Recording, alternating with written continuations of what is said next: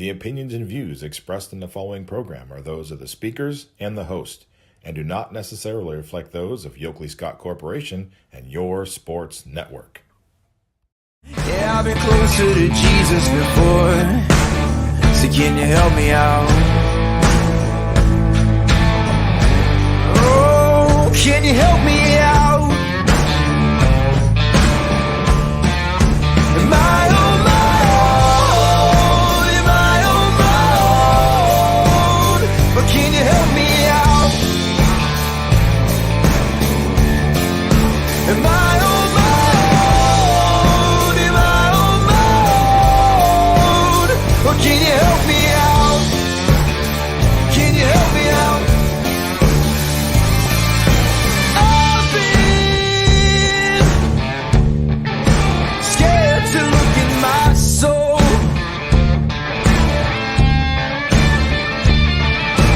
I've been afraid I would follow the road. Yeah, afraid of the things I've been told. Is happening, everybody. Welcome inside a Wednesday episode of Running Point on ysnlive.com. As always, we are brought to you by our good friends over at Greenwood Chevrolet in Austin Town. They go the extra mile for you, so you don't have to. And we got a big day today. We have Scotty Minter back in the house after a 1-week hiatus. He's in the athletic studios down there in Columbiana. And then we have Brian Tolnar joining us from Mill Creek Metro Parks. We're a little bit of everywhere. We're in Boardman, we're in Columbiana, a little bit of everywhere across the area today on a Wednesday, and we're all coming together to talk wonderful local high school sports with all of you. Brian, it's been a week since we talked to you. How you been doing? I know it was a really busy week at Mill Creek Park.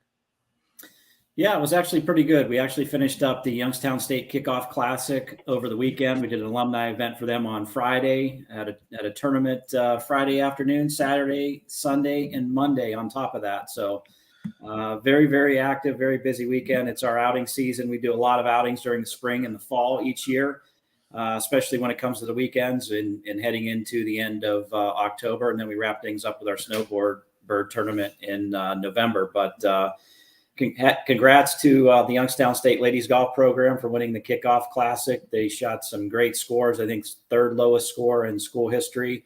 Danae Regallo shot 68 to take the individual medalist title. So it was great to see locally what's going on here in the Mahoning Valley, and then all the high school stuff that's going on with the high school matches right now. And a number of teams that play at Mill Creek. We're gearing up for the AAC Championship next Tuesday, which we're excited to be a first year host for that event. So we're looking forward to hosting both the boys and girls divisions of the AAC Championship as well. So, golf's off and rolling, and it's as hot as the heat is outside. I'm going to have you preview that AAC championship in a bit, but we have an awesome accomplishment that happened yesterday that we have to bring up. Cody Davidson from Brookfield got a hole-in-one yesterday on the fourth hole at Bristolwood Golf Course. It was 145 hole 4 and hole-in-one. That's dang impressive, something that a lot of people don't get to do in their whole career of golf. Brian, I want you to just give this man some flowers a little bit for getting a hole-in-one. I'll tell you what, anytime that you have a hole-in-one, it means that you've got some great skill and you have a little luck with your game. So, to be able to knock one of those in, it's probably about once every 6 years in high school matches that you do get the opportunity to see a hole-in-one. So it's awesome that Cody, from Brookfield had the opportunity to knock it in at Bristolwood there. And, hats off to him on how hard he's practiced and how well he's played through the course of the year. And to be able to knock one of those in, it definitely knocks a couple shots off your score at the end of the day when you're playing these 9-hole high school matches. So to be able to take a one on a hole that, others may have 3s and 4s on, you're gaining, 2, 3, 4 shots, depending upon who you're playing and who your opponents are. Brookfield is having a really good season, hole-in-one or not. They are undefeated in the conference, playing that MVAC grade tier. They beat Champion in that match 176 to 198. And other teammates outside of Cody Davidson are having really good years. Hunter Warrender, he had the highest score for Brookfield with a 38. Davidson finished with a 40. And then the next highest score was Braden DeMaria with a 44. And then a couple of guys had a 53 and then a 66 to round out their scores. But those are three guys that shot really well for Brookfield, and you can see why they're starting to build momentum towards the end of the season as we talk about conference tournaments, not just for the AAC, but every conference starting to wrap up, and Brookfield is really playing well this year. They are. They've had a great program, throughout the course of the couple of years. If you recall back to Connor Stevens, who's now playing for Youngstown State University, they've had a series of great players there through probably the 9 years that I've moved back to Ohio. They've been in that mix of top 3, top 4 programs when it comes to, Mahoning, Columbiana, Trumbull County. They always seem to be in that mix. They always seem to be vying for a spot at sectionals, districts, and an opportunity to go to state, and sometimes have punched a ticket to that state tournament. So I think what they're doing in Brookfield and the golf courses that they play over there, their home course is Yankee Run. Some of the fastest greens that you'll play in high school matches going back to when I played, 30 years ago. So it's a great place to play. It's a great place to practice. And it's nice to have Yankee Run as a feather in your cap in your home golf course for Brookfield High School. So I think, having that opportunity to play a good quality golf course like Yankee Run, really bodes well for that program and how well those players are playing from top to bottom. So I think, throughout the course of the years, Brookfield's always been, going back to when I played, has always been one of the upper echelon teams when it comes to high school golf. So they have a nice little program over there for a relatively smaller school. They do extremely well when it comes to, golf. As you said at the top, next week you guys are going to be hosting the AAC tournament, and that's going to be really fun. Let's talk about the girls' side first. Boardman and Canfield fought for it last year, and it seems like they're going to do it again. What are you seeing out of the AAC this year, and what do you expect out of that conference tournament next week? I see from the girls, it's a little bit more of the same. You're going to have probably, one of those two teams will come out victorious. I give the edge this year to Canfield. Last year it would have been to Boardman. I just think top to bottom, Canfield has a lot of depth on their team, probably a little bit more so than Boardman. Although, the top players at Boardman play extremely well on the girls' side. So I think it's going to be a shootout to really see how, Boardman's 3, 4, 5, and 6 player play compared to the depth that Canfield has. And then it's how low can you go in those 1 and 2 and 3 spots for Canfield. So I think moving forward, both of those schools will be neck and neck when it comes down to push come to shove next Tuesday at Mill Creek. And I give a slight edge to Canfield at this point, just based on how I've seen the teams play and how I've seen the teams practice throughout the course of the year. But both have great players on it, and they both are excelling at the right time as we come into those conference championships. It's interesting. Canfield might win the team, and then you look at Boardman, they might win the high score because Sophia Rivera, the senior for the Spartans, having a really great season. Senior year, as she prepares to go on to Youngstown State University to golf as a redshirt next year. Just like Maddie Zients, who we talked to earlier this year, same situation. So you might see Boardman get the high score and Canfield get the team win. I could see that. I could see Sophia, becoming the medalist. I've got the opportunity to see her play at a number of Northern Ohio PGA events as an outsider because I had the opportunity to caddy for Preston in the younger division. Always seems like their division's finishing when Preston's done with his 9 holes. Their 18 kind of finishes up when the younger kids play the 9. So I've seen her in that top 1, 2, or 3 spot pretty much all summer long. So she's been playing steady on golf courses that are not in your backyard. So, the ability to play well at other golf courses that you're not familiar with, come sectionals and come these away matches gives you a little bit of an edge. And I can definitely see her coming out as medalist and Canfield moving on as a team. So you may have an individual qualifier, may have a team qualifier, as they go forward when we get into sectionals and districts. But I would probably say the same thing come to the AAC, who's going to be the medalist for the girls and who's going to be your team winner. Although top to bottom, I do think Canfield has that, slight advantage, but Sophia's played well the last couple of years for Boardman. Let's talk about the boys side of the AAC and what you expect out of that conference tournament next week as well. Canfield all the way. I think, Svechin, the Napolini, I think he does a phenomenal job. I think they have the most depth out of all the teams in the AAC. And I just think top to bottom, it's hard to get a starting 5 for Canfield because the next 5 players are equally as good, and the next 5 players are equally as good. When they play a lot of the high school invitationals here at Mill Creek, they'll have a red, a black and a white team that plays. And the difference between that 4-5 spot and the 1, 2, 3, 4 spot on the secondary team is very, very close. It's within a shot or two most of the time. So I think finding the right mix of five is going to be tough for the coaching staff, number one. And number two, I just think that top to bottom, they have put in probably more time than the rest of the teams in the league. And I just think that, from an individual basis, I think Svechin, probably is going to lead and excel in that medalist position. And I think as a team, I think they'll have the advantage of, winning the league by 10 or 12 shots, kind of what they did in the Cardinal Classic and the Campville Invitational, where they broke their school record a couple weeks back. So I think top to bottom, they're going to be somewhere around that 297 to 303, 304, somewhere in that window. And I think it's hard for the rest of the teams in this league on the boys side to be able to catch that. I think you'll get a couple teams that'll be that 310, 315, 319. But I think they have the distinct advantage of going sub 300. So they have a definite advantage when it comes to the rest of the field in the AAC.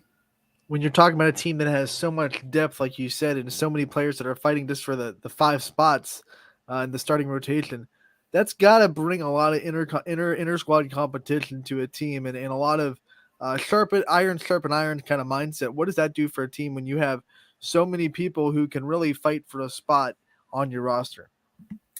It really has to make you bring your A game. And I go back to, I'll use an analogy. Tom Brady, when he played for the University of Michigan, didn't know if he was going to start until, Saturday morning, sometimes Saturday afternoons before the game. So he had to practice extremely hard on Tuesday, Wednesday, Thursday, Friday to even have a shot of getting on the field as a starter. And I think you have a similar situation when it comes to, getting in that 4th and 5th spot for Canfield's in a roundabout where A team. You want to be on that top echelon lineup. You want to play for the league championship. You want to play at sectionals. You want to play at districts. So I think from a practice perspective, you have to bring your A game to practice Monday through Friday before you play in one of these invitationals on a weekend or whatever day it may be. You better bring your A game and bring your best chipping, your best putting, your best course management to the golf course on a daily basis. And I think that really makes Campfield great as a whole because everybody's pushing everybody to make sure that they have a shot at one of those spots come league championship time and so on down the line. So I think the competition is probably a lot more stronger because of the depth that's there, but you just feel bad for some of the kids that aren't going to get an opportunity to get in that league championship, aren't going to have an opportunity to get in sectionals that would probably start with any other team in our 3, 4, 5 county area. So, to be able to be in that position to really push, you really have to practice. You really have to keep your focus as we head into these big tournaments at this time of the season as well. Scotty, you haven't seen Brian in 2 weeks. What do you have for Brian Tolnar? Yeah, Brian, I was just wondering, you talked about the kids that are still really good, but not going to quite get that opportunity because Campfield is so deep. And Yep. I was just wondering from your perspective, like because I'm sure when you were younger, you battled quite a bit of adversity in your golf game. I mean, it's a game that could humble you really fast. Mm-hmm. So from your point of view, what do you would you almost rather, because it's such, they have such a good pipeline of talent and they're going to be in it every year, would you almost sacrifice like getting that shot just to be a part of a great team, or is that kind of easier said than done in your mind sometimes? Well, I think with anything, all the kids that go out for any of the sports, whether it be, golf, football, basketball, baseball, track, field, the whole gamut, they're really, want to get in that starting lineup. They want to work hard and they want to be part of that team. And, if you're those younger classmen, the freshmen, the sophomores that are, trying to get into one of those spots and just, aren't really treading water to make that 4th and 5th spot in the lineup, I think it's important to keep at it. I think it's important to keep grinding and keep looking up to the upperclassmen watch what they do on a daily basis, because they got there for one reason, that they worked really, really hard. They outmaneuvered everybody all summer long. They put themselves in good position come fall when high school golf season started. So I think if you watch them, watch their behavior, how they act, how they react on the golf course, how they keep their cool and they keep their composure. Because you're right, Scotty. Golf's a game that really humbles you and it really beats you up at times. So I think it's the people that can focus on turning in a double bogey into a bogey or a bogey into a par is going to help you across the board. Because you're talking, minimum shots between, the fourth and fifth and sixth player in a 9-hole high school lineup, and that 1, 2, or 3 player on that secondary team. So you're talking a shot at the end of the day, 2 shots at the end of the day, sometimes 3 shots at the end of the day. So where you can pick off a shot or get better is, in those areas of 50 yards in, 100 yards and in, chipping and putting, really grinding, really putting in the time and the effort, especially when no one's looking and when you don't have practice. And, if there's a day that you don't have practice, you want to get out there and practice on your own. You want to do it individually as opposed to with the rest of the team. But I think the focus comes on looking and watching what the upperclassmen are doing. Keep grinding, keep doing what you're doing, because you are, that close and you're going to get called up. So it's a matter of being ready when the time comes. And I think, that's what made Tom Brady, good when he was in his heyday.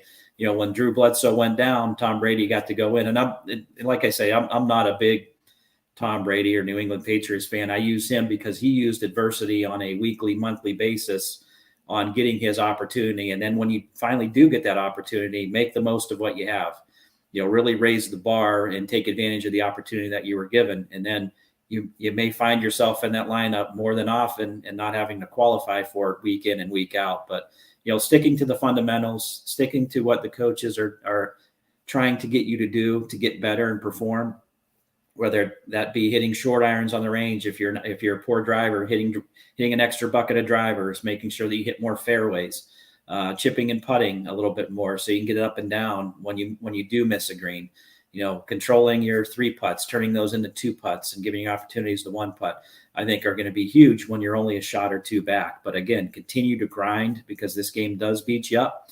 And I think if you stay and you maintain your focus, I think you're going to be in pretty good shape. Brian, we know the AAC tournament is next week. What else is going on at Mill Creek Metro Parks before we see you again next Wednesday? Well, just a slew of boys and girls high school matches. So you'll see a lot of those this week at Mill Creek. And then, coming into this weekend, we do have a couple golf outings, but the following weekend we have the Roseanne Schwartz Invitational. It's an NCAA tournament that Youngstown State hosts towards the latter part of this month. So it's nice to be able to have their second event here and give families that are local and have kids on the roster of the Youngstown State women's program the opportunity to come out. So we're always looking forward to host their events and being part of the community with the University of Youngstown State.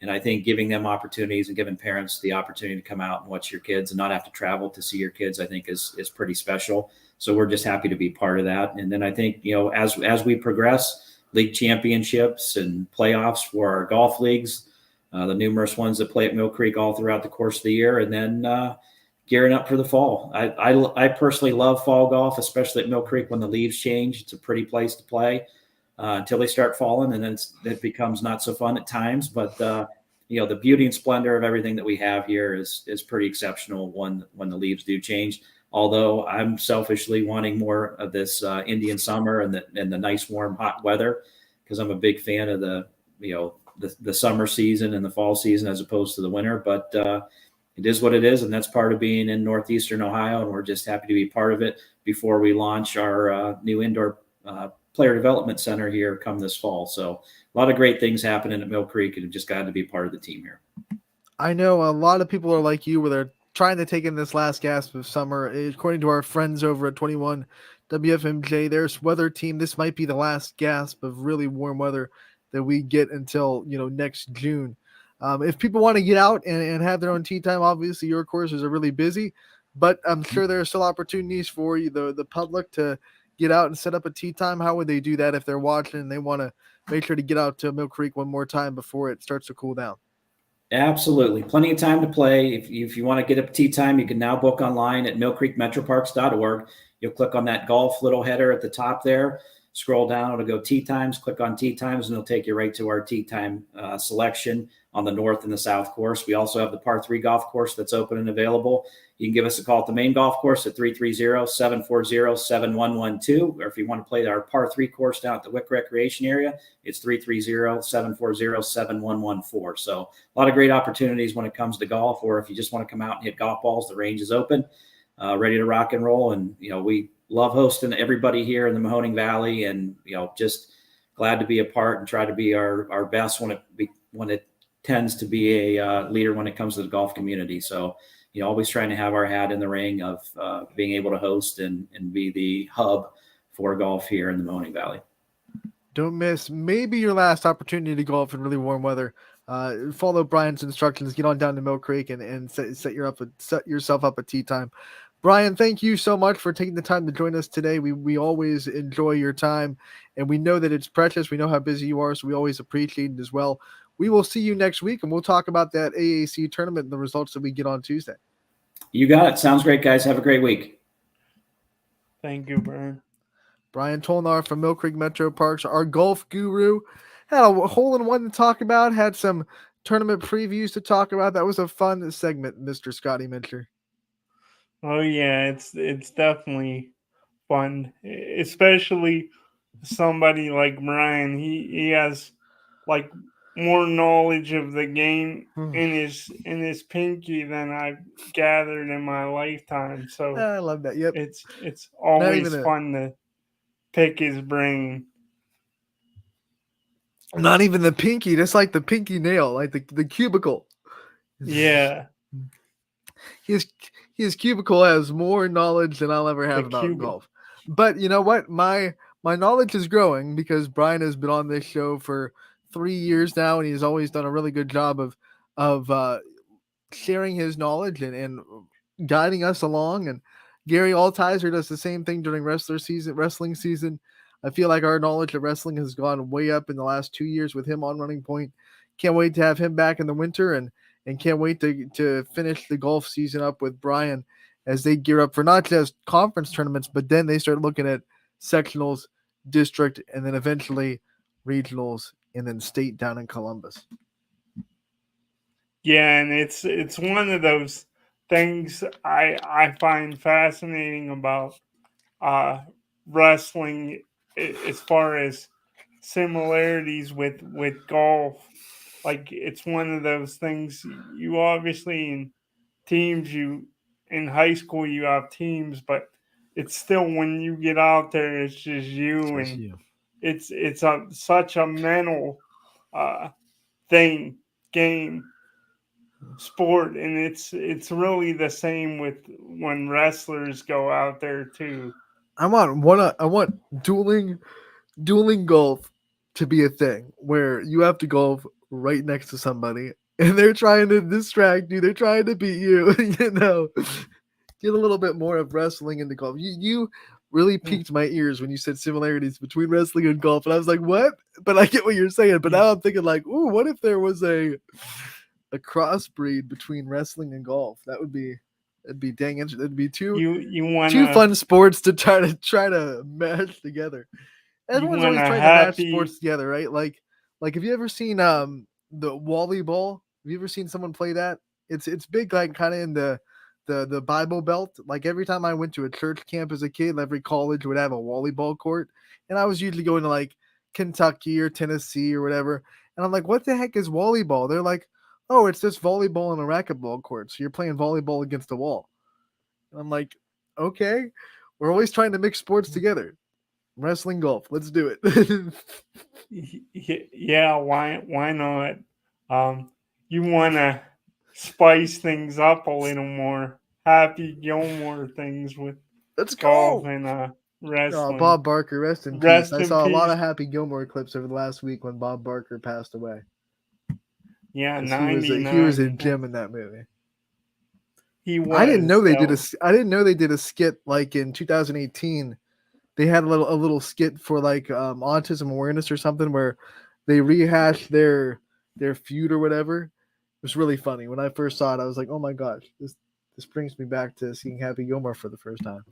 But what we're gonna do, Scotty, is we're gonna take a break, And when we come back, we're gonna recap the night from last night, and we're also gonna boldly go into your mind and see what you have on your mind for today, like we always do.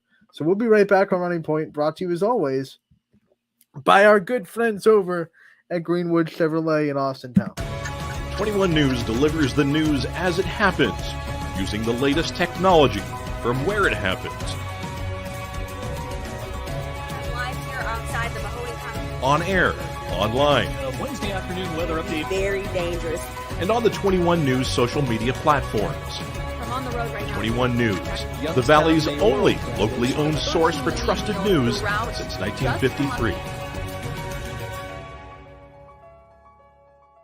Craftsmanship to us is 60 years of pride and dedication. Passed down from generation to generation. The hardwood floors that your kids take their first steps on. The solid wood doors you quietly close at night. The things we create day in and day out are the products that end up turning your house into a home. At Baird Brothers Fine Hardwoods, uncompromising quality and craftsmanship built our business. And it will keep us moving forward for generations to come. Going the extra mile at Greenwood Chevrolet means we want to take care of the community that takes care of us too. And we have to work together always. And that's how you stay in business for 40 years. You know, I love being a helper because when I help somebody, it makes me feel good. It means a lot that I can make a difference in others' lives. So I will do everything I can and just being there for them every step of the way. I want them to know within the first 5 minutes that they could depend on me. That's what going the extra mile means, only at Greenwood Chevrolet. Before the lights come on, before the workday begins, before a long day is ended, or it's time to have fun. It all starts with the people at Joe Dickey Electric. From replacing a light fixture in your home to building a substation for your business, no job is too big or too small. The people of Joe Dickey Electric power them all.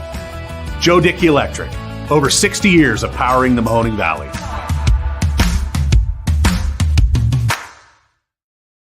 What is up, everybody? Welcome back to Running Point on ysnlive.com.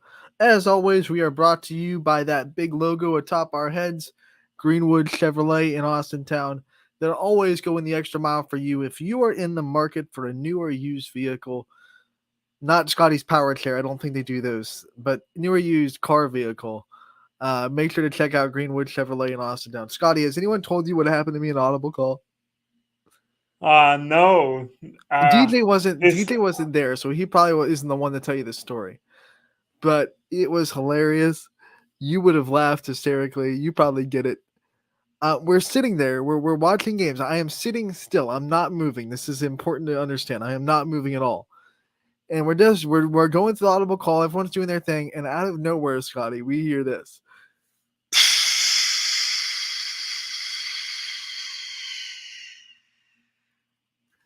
And we're like, what the heck was that? Scotty, my dang tire just popped. And it went flat like that. Went flat like that. Oh my goodness. Couldn't believe it. Just sitting still. Right in the middle of Audible Call. Sitting still, not moving, didn't roll over a nail, just sitting still. And couldn't believe it. That is wild, man. So how long did it, I'm sure you tried to play it cool, but there's no playing it cool. Everyone heard a loud come out. I mean, it was loud. It wasn't like a little, it was like a jet almost. Just so everyone was like, what the heck was that? And then I'm like, well, dang, it was my wheelchair. So of course the comedians at Audible Call had fix a flat jokes all night, but yeah. So, dang, Greenwood can't fix wheelchair tires, but they do have a great service department. So if your car or vehicle is having any kind of issues, that is a good segue to tell you that Greenwood Chevrolet not only will take care of you if you're in the market for a new used vehicle, but they'll also really take care of you with a great service and technician department down there at Greenwood. Scotty, we have to go over the results from last night. We had plenty of volleyball and a couple of soccer finals also come in last night. Let's pop in the scoreboard that is always brought to you by Burnett Pools and Hot Tubs.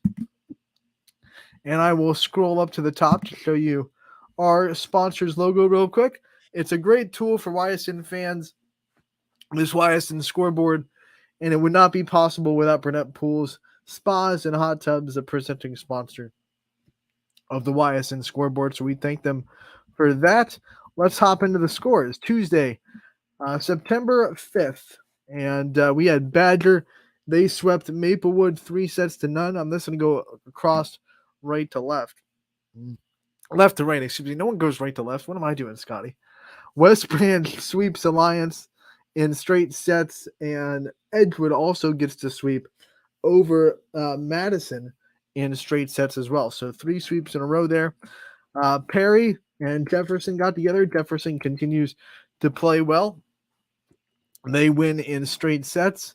We see the sweep train end as Grand Valley beats Palm-Tuning Valley in 4 sets. We have Beaver Local. They got swept by East Liverpool 3-0. East Liverpool libero Faith Grafton gets her 1,000th career dig. So congratulations to her on that milestone. Austintown Fitch sweeps Boardman. Scotty, this is the 10th straight win for Fitch over Boardman in conference play. They have dominated the series as of late. Crestview gets the easy sweep over Newton Falls in 3 sets. We go back to the other end. Columbiana takes the top spot in the EOAC. Right now tied with Wellsville, but it was a 3-way tie. Now it's a 2-way tie as Columbiana gets the 4-set win over Southern Local. And this is Coach Martin's 100th career victory at Columbiana. So congratulations to Coach Jennifer Martin from Columbiana. Western Reserve, they sweep Jackson Milton 3-0. We have LeBray sweeping Brookfield in straight sets. Cardinal Mooney swept JFK to get back in the win column. A big win for Mooney as they try to build momentum into the second half of the season. Campbell Memorial wins in 4 sets over Champion after dropping the first set. East Palestine, the thriller of the night, they win over Lisbon 3-2, a 5-set thriller for EP, and they get it done. Hubbard sweeps Struthers. These sets were close, but they did win all 3 in a sweeping fashion there. Howland, they beat Lakeview in 5 sets, 3-2. We have Liberty falling to Garfield in straight sets, 3-0. We have Wyndham, they beat Lordstown in 4 sets. Middle Ridge swept Lowville. Poland, they were swept by Girard. Lakeview beat South Range in 4 sets. South Range won the second set, Scotty. This was impressive. 30-28. That one went into way extra points, but they couldn't use the momentum of that to push any further as Lakeview won the next 2 and the first to win the game in 4 sets. Springfield swept Waterloo 3-0. Last but not least, in volleyball, United got the sweep over Valley Christian in straight sets. Let's go into soccer as we work these toolbars and scroll over to the soccer finals. The way my computer formats the scoreboard is just, it's funny. It won't let me scroll all the way. But it's not the scoreboard, it's my computer. We figured that out, and I've said that many times. I'll just go into our graphics. I know Canfield tied with Dover with no score there, 0-0. Let's get the graphics up from YSN. We had Niles girls beat Salem 1-0. United girls beat Columbiana 4-1. Their boys team also beat Columbiana 7-1. Middle Ridge beat Heartland Christian 9-1. And I think that is those are the games there. I know South Range beat East Liverpool there, and Poland beat Crestview. So those are your final scores from the soccer field, and those are your final scores from last night. Let's quickly take a glance at the schedule for tonight, and then we'll head over to the spreadsheet to see where the announcers will be towards the end of the show. But tonight, a little bit quiet like Wednesdays are for volleyball, not nearly as many games as there are on Tuesday and Thursday. Lowville goes to Western Reserve. Mineral Ridge goes to Girard. Columbiana goes to Jackson Milton. Latonia goes to Heartland. Niles will go to Cheney. Salem goes to Mooney. Wellsville goes to East Palestine. On the boys soccer scene, it is Brookfield at Garrettsville Garfield, Middle Ridge at Campbell, and Champion at Waterloo. And then Wednesdays are the days where girls soccer is the most busy, as there is 9 girls soccer games going on tonight. Ursuline goes to Badger. Champion and Waterloo are going to square it off in the MVAC. Canfield goes to Mooney. We see Hoban hosting Hathaway Brown. Hubbard goes to Poland. Crestview goes to Liberty. Alliance at Salem. Warren Harding at Fitch, and then Howland at Boardman to round out the girls' soccer schedule tonight. At the end of the show, we will go over which ones will be broadcast live and where our announcers will be tonight. But before we do that, we have to talk to Scotty again and see what Scotty brought to the table this week. He always has great stuff on his mind, and I'm eager to see what Scotty brought this week with us to Running Point. Yeah, so with the new NFL season set to kick off tomorrow, we talked a little bit during right before we hit the air. We talked a little bit on your Chiefs, and maybe at the end of the show we'll get into that the season more and the game against the Lions. But first, I just wanted to kind of tie your South Range Raiders. I haven't talked to you much about them since the season got underway. I think we talked a little bit about we talked about their convincing win in week number 1. Still looking pretty darn good. I know they had the loss to Green, but another convincing win this past week. And I just wanted to know, in your opinion, Anthony, what's the hardest thing in kind of tying the NFL in here to the high school game? But what's the hardest thing and the biggest difference, other than the obvious one in roster turnover, because you get a lot more turnover in high school usually year to year than you do in the pros, especially if you're an established team. But what do you think is the biggest challenge, other than the roster turnover, about like defending that throne as a state or a Super Bowl champion? I think no matter what sport, no matter what level, when you win the championship and you come back the next year, there are a lot of things that become even harder the next year. Because one, now everyone knows you're the champion, so you're getting everyone's absolute best. You're the absolute target on your back.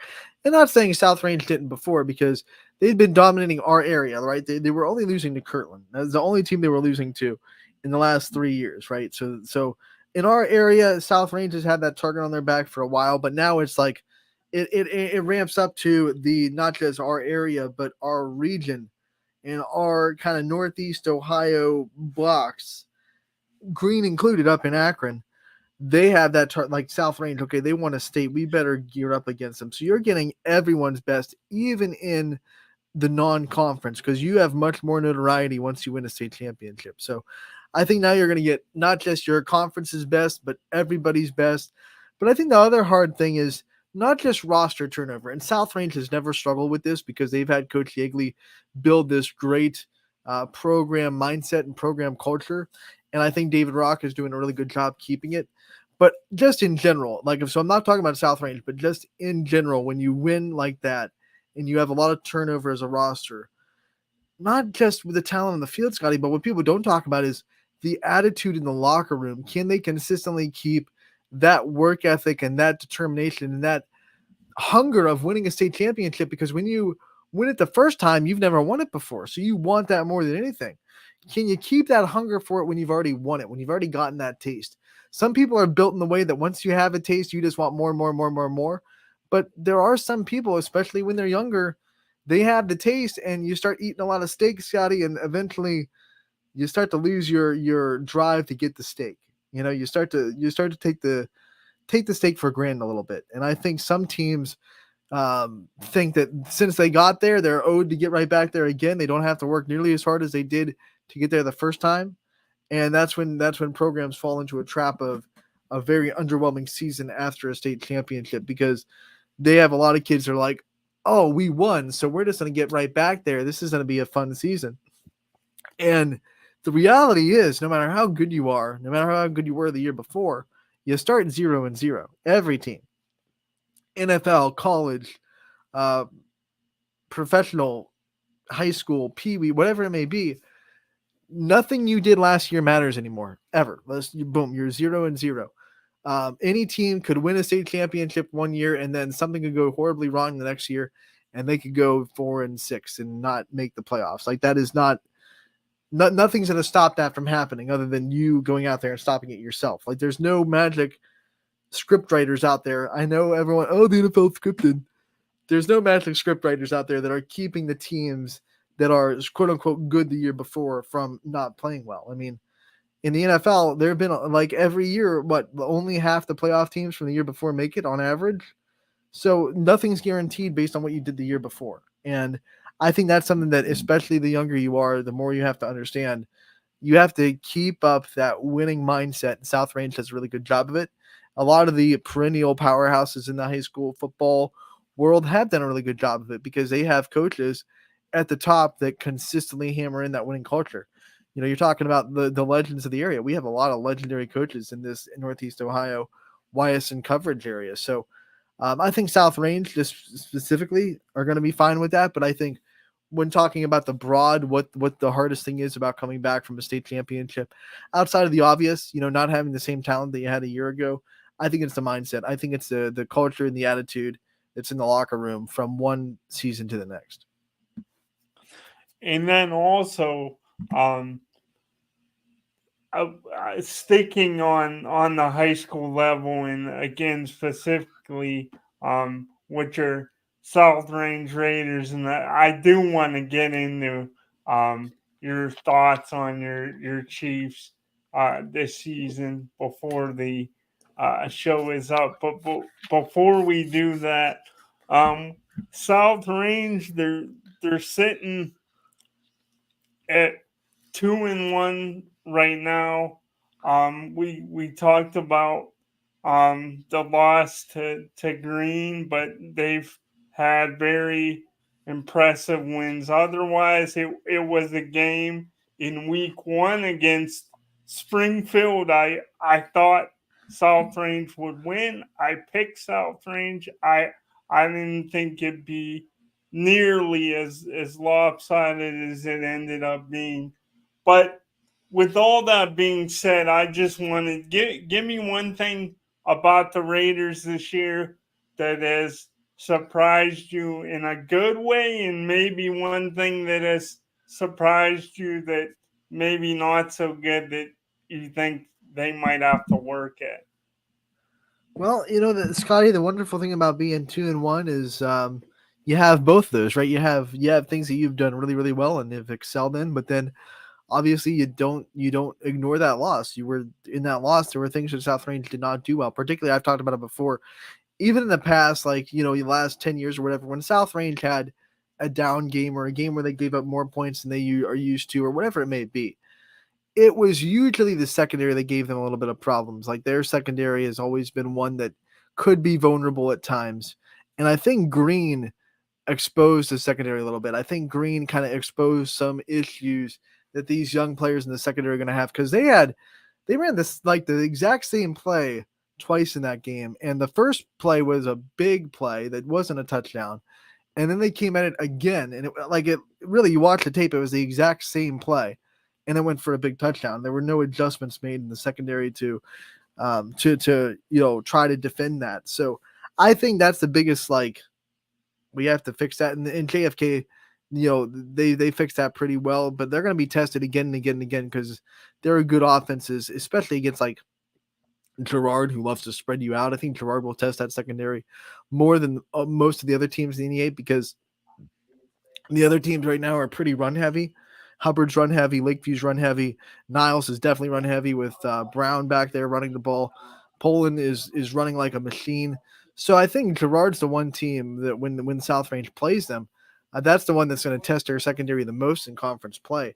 And that was the one thing I saw in that green film that was like, okay, they need to work on this. They need to fix some holes in the pass defense when they get people back there. And then their offense, just had a bad day. What can you do? I mean, they couldn't move the ball too well. They were shooting themselves in the foot sometimes, and that's going to happen. So, but you talk about the good things that I see.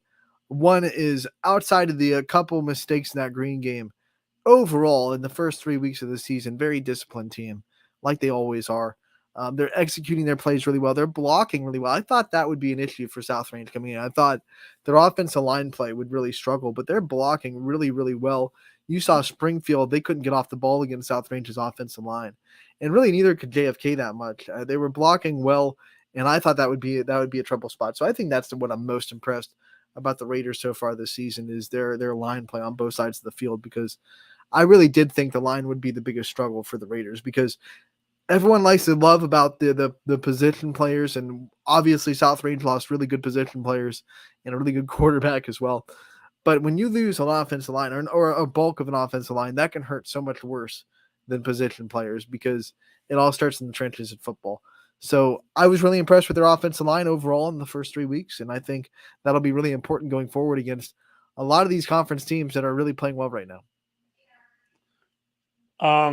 What do you think the last thing on South Range here, and then I want to pick your brain about I the. swear we didn't plan this. I'm wearing a South Range shirt now. Scotty's asking me like 5 South Range questions. We did not plan this ahead.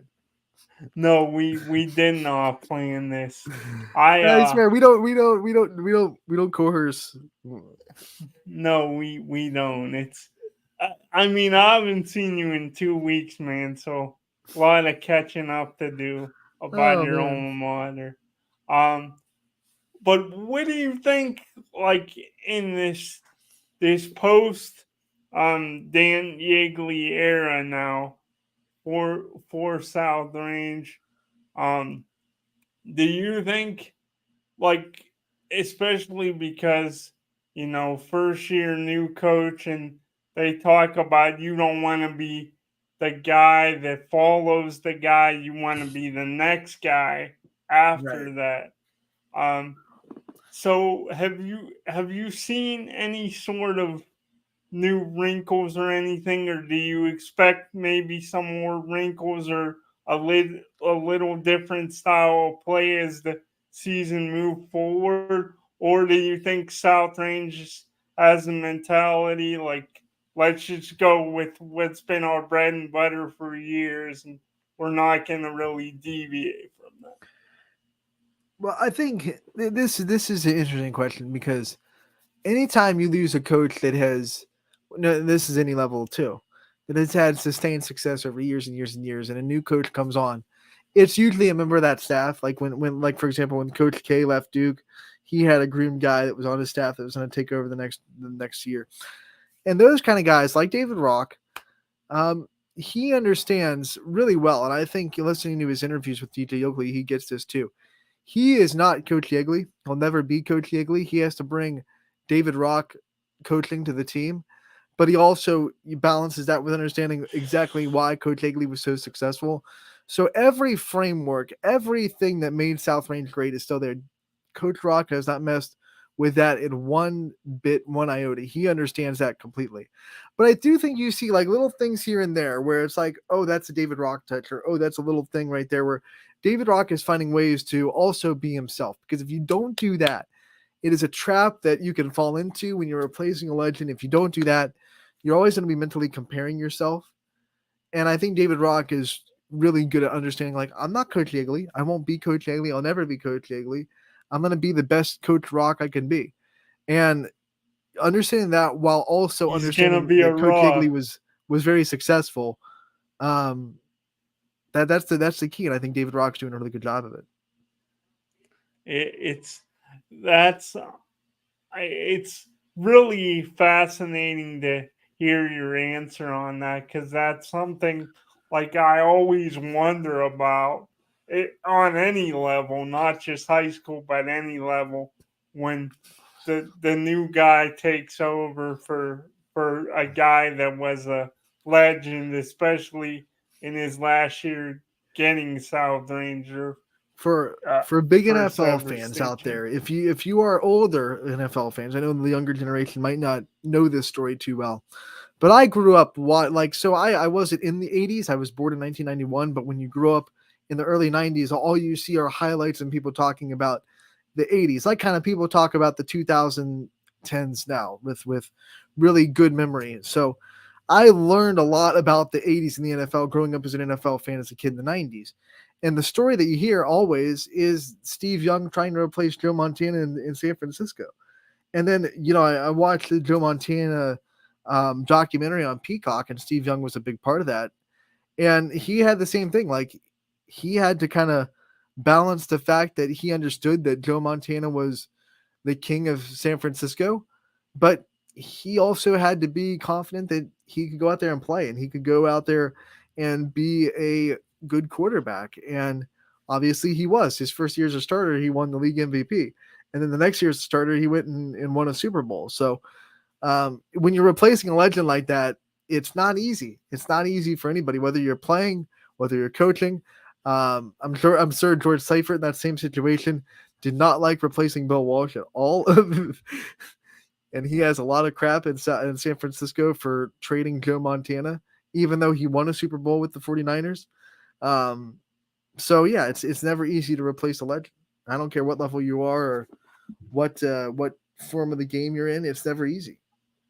Yeah, it's crazy that, and I don't know if I guess, I mean, you win a championship, I guess you could be put in the legend category on any level if you do get that one. But it's crazy, just speaking on NFL, that Green Bay, like, they're another team, Brett Favre, and then they go to Aaron Rodgers.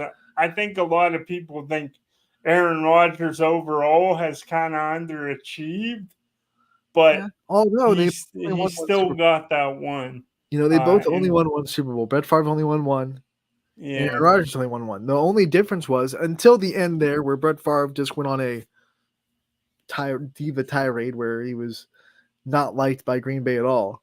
But until that last chunk of his career, he was adored by Green Bay. Not the same way that there was Joe Montana fever. He won four Super Bowls in San Francisco. But there was still like this Brett Favre fever, and I think Aaron Rodgers probably had to deal with that when he took over at Green Bay. People wanting Favre to still be their quarterback. But yeah, so for sure. We only got about 5 minutes left.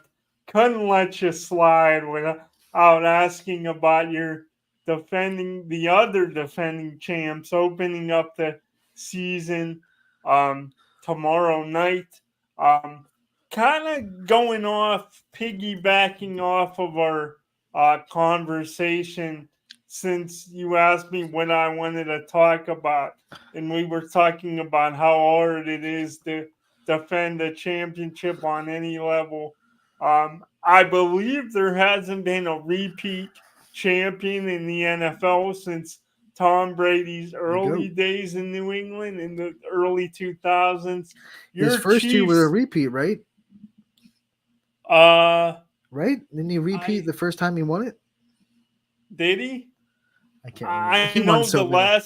He won so many. I can't remember which ones were repeat or not. Yeah, I know the last time they repeated, it was like the 04 and 05 season. That was his first, right? The 04 was Rams, and then I can't remember. No, I think like 01 was Rams. Oh, well. I'm all out of it. A really long time ago. Anyway, that's neither here nor there. Was it Panthers Eagles? Was that the back-to-back one? I think it was, yeah. Okay. Panthers Eagles. But we're not tied. We don't have robot brains. What I was getting at, your Chiefs came close a couple No, they years didn't. They got ago. steamrolled by Tampa Bay. But they had the shot. They were in the big game again. I still think that game You're right. would have been a lot closer if their old line wasn't so depleted. But anyway, you got some concerns right now. Travis Kelce, they really don't know how severe his hyperextended Like 2 days before the knees game. Like, what are we doing here, Trav? gonna be. And then your star on defense, Chris Jones, he's still holding out. So we've talked about teams in the past that could give the Chiefs a run for their money, and it's no secret the Bengals have pushed them. There could be other teams that get in the mix. The Bills have come close. They came close against Kansas City a couple years ago. But why do you think what is your biggest concern going into the season? Because obviously you got Patrick Mahomes, you're gonna be in it in the end. But what are some of the biggest concerns other than obviously, like we said, Kelce and Chris Jones?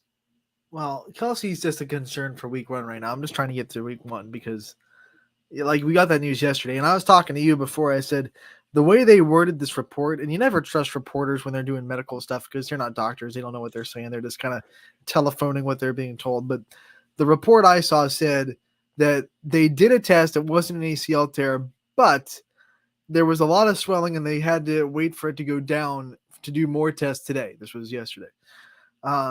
And that tells me that, wait a minute, because there aren't too many good ways to have a lot of inflammation and a lot of swelling in a joint really quick. Like you either tear something or you break something. Those are the only 2 ways to get fluid in your joint like that instantly.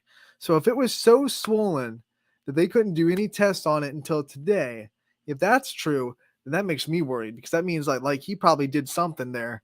But they could have swelling and inflammation. Like it could just be a bone bruise or whatever, and they say it's swollen or whatever. So you never know what that is with reporters. But if that's true, I'm like, dear sweet baby Jesus. But Chris Jones, like we're gonna go through this a lot. Like Mahomes has paid a lot of money, and there are always going to be those players that think they deserve a huge paycheck that we have to say, you know what? You're not Patrick Mahomes. We'll give you a lot. We've already offered Chris Jones a lot of money. He just wants to be the most paid defensive lineman in the NFL. And we said, well, as far as I know, we've said we're not going to go that far. And we've done that with other players. We're just like, hey, we're just not going to go that far and pay you $30 million. We'll pay you $20 million. And you can be, the best paid inside defensive lineman in the NFL. But like we need to pay other guys too. And it's crazy to me how these guys like know that the Chiefs are in this mode right now where they're going to be probably contending for championships for a little bit. Like they're in this like era right now where they're the hot team, but they still want to leave that team for more money to go to a team that probably doesn't have as good of a chance. And it's just like, I get it. You want to make your money and you look at someone else over in the league and they're making more than you, and your ego and your confidence tells you I'm better than them and I should be making more than them.